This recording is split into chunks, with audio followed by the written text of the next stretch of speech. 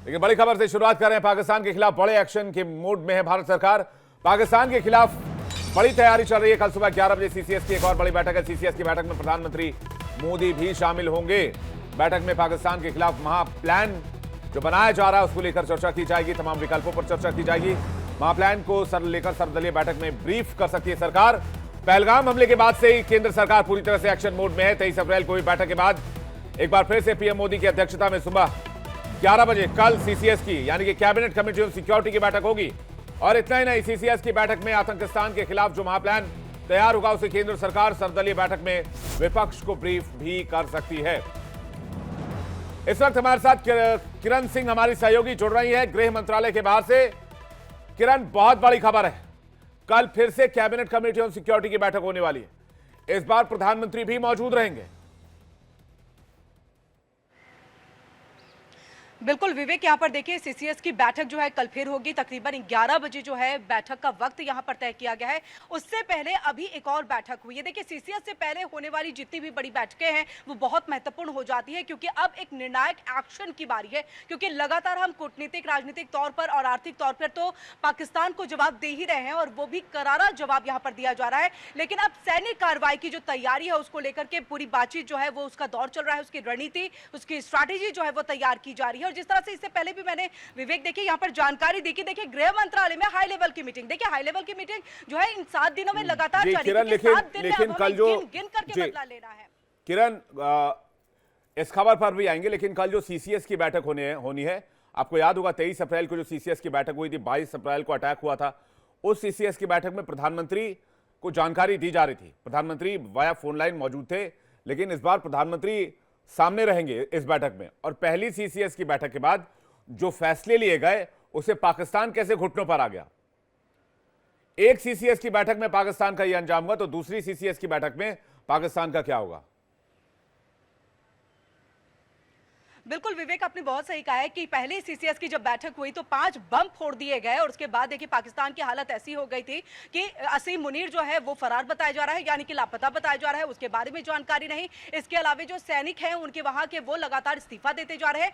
अब जब देखिए ये दूसरी सीसीएस की बैठक हो गई तो कितना बड़ा और यहाँ पर बम जो है वो फूट सकता है। और इस पर जो निगाहें हैं वो पाकिस्तान की भी रहने वाली है। वहां के हुक्मरान, ISI और साथ ही आर्मी जो है इस पर नजर बनाए रखेंगे कि अब क्या बड़ा फैसला, क्योंकि देखिए इससे पहले जो मैं जानकारी भी दे रही थी कि बैठकों का दौर लगातार जारी है। और इन सब के बीच में देखिए यूएन से भी यहाँ पर भारत की राजदूत जो है योजना, उन्होंने भी जाकर के वहां पर एक करारा जवाब जो है वो पाकिस्तान को दिया है। उन्होंने कहा है कि देखिए दुष्ट देश है पाकिस्तान और अब कहीं ना कहीं हम आंखें मूंद करके नहीं रह सकते। यानी कि तमाम देशों को जो है अपने पक्ष में, अपने भरोसे में लेते हुए भारत दिखाई दे रहा है कि अगर आगे चल करके हम कोई बड़ी सैन्य कार्रवाई करते हैं तो इसमें हमें सबका समर्थन जो है प्राप्त हो, क्योंकि यूएन एक आखिरी रास्ता पाकिस्तान के पास में बच रहा था और वो अब रास्ता भी बंद हो चुका है। इन सब के बीच में निगाह जो है वो कल की सीसीएस की बैठक में रहेगी। खुद प्रधानमंत्री रहेंगे। सर्वदलीय बैठक की मांग जो है यहाँ पर देखिए राहुल गांधी की तरफ से पत्र लिख करके की गई थी, उसकी भी मांग को पूरा करते हुए दिखाई देंगे। क्योंकि जब सीसीएस की बैठक होगी तमाम फैसले जो लिए जाएंगे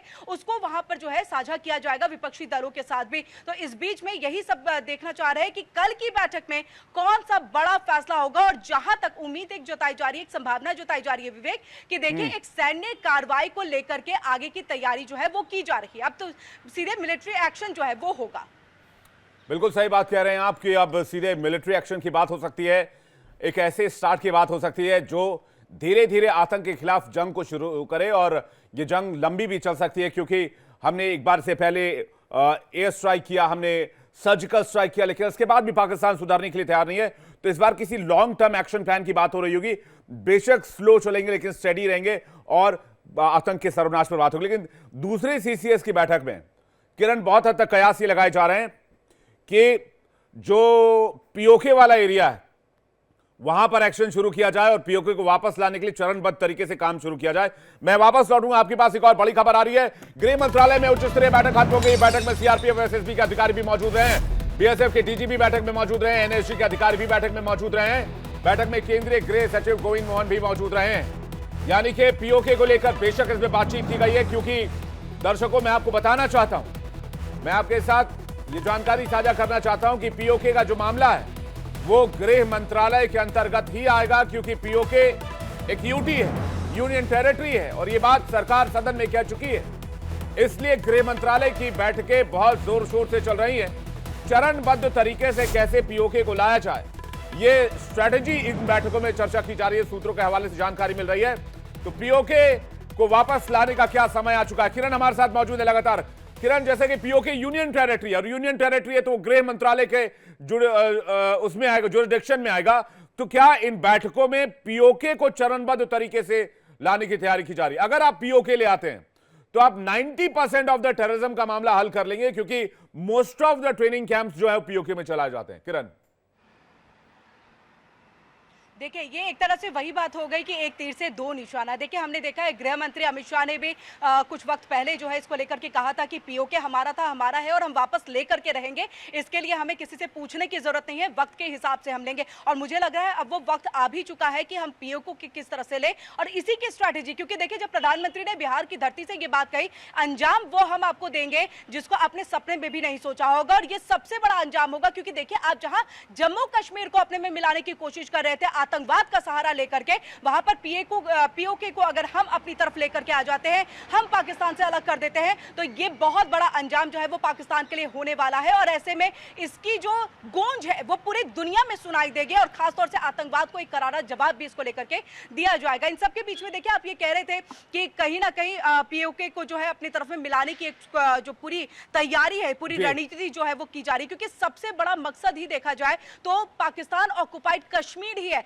वहां की आवाम तो लगातार यही कह रही थी कि देखिए बिल्कुल। और पीओके को लेकर मुझे लगता है इस बार बड़ी तैयारी चल रही है और ये सबसे बड़ी चोट हो गया। जिस तरह से कश्मीर का समर्थन इस बार प्राप्त है पूरे देश को और जिस तरह से पूरा देश यूनाइट है, मुझे लगता है ऐसा ही समय और इस पर बातचीत भी हो रही है। आपका बहुत बहुत शुक्रिया हमारे साथ जुड़ने के लिए किरण।